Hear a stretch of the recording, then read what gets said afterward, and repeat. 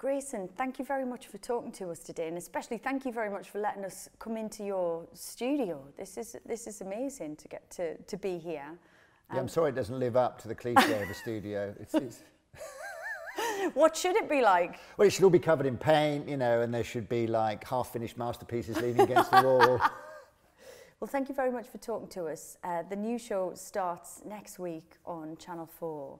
And you've done some fantastic documentaries. This time around, you've got a 3-part series investigating modern masculinity.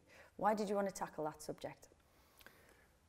Well, it's just, you know, masculinity is behind most news stories.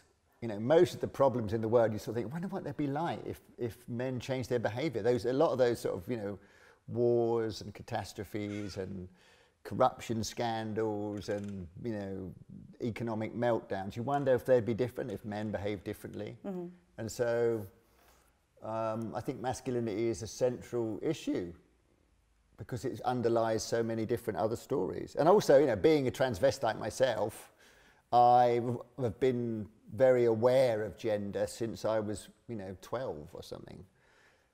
So it seemed like a no-brainer, you know. And also, you know, with the you know, there's a lot in the media these days about feminism, and so, you know, there's a lot of talk about gender, and I often think that masculinity is the hard one to talk about. You know, it's like it's because it's everywhere, literally.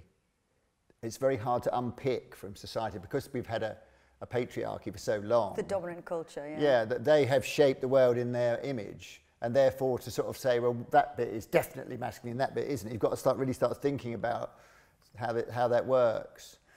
And of course, also men are now suffering from. You know, I think that, you know, a lot of men really, if they kind of examine masculinity, they'd be happier without some bits of it, if not all of it. So the cage fighting episode, the first episode, is a really interesting one because I think we go into it as a viewer and you think that it's going to be about violence, it's going to be about aggression, but it very quickly becomes about something else. It becomes, you know, it's about depression, it's about fear, not things that men are comfortable talking about. No, that's their problem. That is the central issue for masculinity, is the fear of appearing vulnerable or weak, because the big dilemma really is that, I mean, for all of us, you know, but men, the male version of it is there is this idealised version of what a man should be in the back of all men's minds, and he's trying to live up to that. And if he thinks he's failing in being that, then he's ashamed, and he thinks he's going to get rejected because he has failed that. So therefore, he never talks about it because weakness will show that he isn't that. And I think that is the central thing. The men will have to realise that in talking about it and being a bit vulnerable, they're not going to die. They're more likely to die if they don't talk about it. You know, they think that it's so fearful that they'd rather die than admit weakness. And that just seems to typify what the central masculine dilemma, really. One of the interesting things that you say in the third doc, I think you say, you know, as an artist, my job is to notice things. And I mean, that idea of being able to kind of zoom out and get a bird's eye view on a culture that you're living in as part of, I mean, that's a very difficult thing to be able to do, I think. And that's one of the things that fascinates me about this. How do you know when you've kind of zeroed in on something? Because some of it, and some of the most interesting bits about it, it's about identifying the thing that we all see, that we all recognise, but nobody's actually spotted it yet. Nobody's pointed it out, even though it's staring us in the face. I think, well, the third episode is about men in the city, and, you know, as masculinity goes up the socio-economic scale, it becomes, and one of the interviewees says it, he says it becomes gentrified. Yes. Which means it's sort of more difficult to spot. So it's woven in to, you know, the texture of everyday life more. And so, and also, it's not question. It's not like someone being obviously violent or badly behaved, or, you know, being a criminal or something. It's like, you know, it's it's the way that it masks itself as common sense and normal. That's where you start looking. So I found myself increasingly looking at things that were quite banal, you know, and I was thinking, is that banality a manifestation of masculinity, you know, and is it a good or a bad thing, you know? And so it's like, you know, just something like the foyer of a business, you know, why were they all the same? You know, they're all beige marble and black leather and lots of this, and they why are they all like this? They're like some bachelor pad, you know. And I just thought even in that, they're quite male. Okay. You know, and then you start sort of investigating. And there was a story in the media last year, wasn't there, about air conditioning being sexist, you know, because it's set to a bit too cold for most women.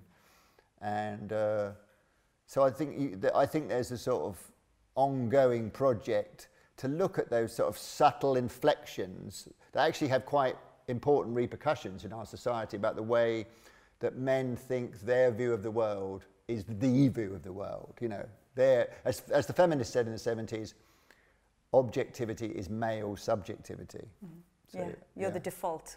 Yeah, exactly. Default man. And what do you think you discovered about yourself doing all this? What about your own? I think you said at one point, you know, that you're actually a pretty masculine person.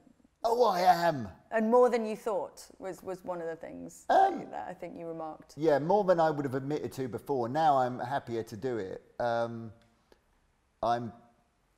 know, I display many of the traits that that men have. I think I've got pride around certain things, you know, that are very male, like my sort of fitness, or I'm very competitive, or I sometimes have to really check myself on my determination to be right about everything, you know, which is a very male thing, that certainty. And you want to kind of go, well, maybe, you know, and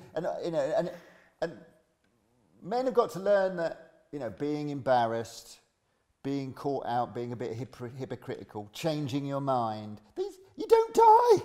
You know, you can do these things. And that's what men have got to learn to do. They've got to learn to change, you know, because they hold on to that role very rigidly, because they're given it very rigidly from birth, you know. And that sort of 5-6-year-old who says, I'm a man, and these are the rules, you must not wear pink, and, you know, play with girls, and you've got to have this XYZ, you know. It's very difficult for a lot of boys to sort of let go of that, because they like that. It's very well policed. Do you think that that's getting easier now, and that people are starting to change those attitudes, or at least, you know, soften their attitudes? Very slowly, I think. You know, the nice sons of the chattering classes, I'm sure, are allowed to play with Barbie dolls, and but I'm sure their mothers still do most of the childcare. You know, so I'm not expecting a revolution in gender anytime soon, but what men have got to learn to do is look forwards, because one thing I have, you know, one of the central concerns that I have with masculinity is that it's nostalgic. It's looking back to the idealized man that a lot of men have in their heads, most men have in their heads, that they're trying to live up to without realizing it, is old. Mm-hmm. Whereas idealized woman is forwards. It's like, in the future, we will be equal and as powerful as men, and we will be like this. And men are sort of going, oh, it's not as good as it used to be, is it, yeah. Men? So do you think that accounts for all the kind of beards and the retro sort of masculinity that we see on display, and I think the way beard men present thing, themselves? It's authenticity as well. Yeah, it's authenticity.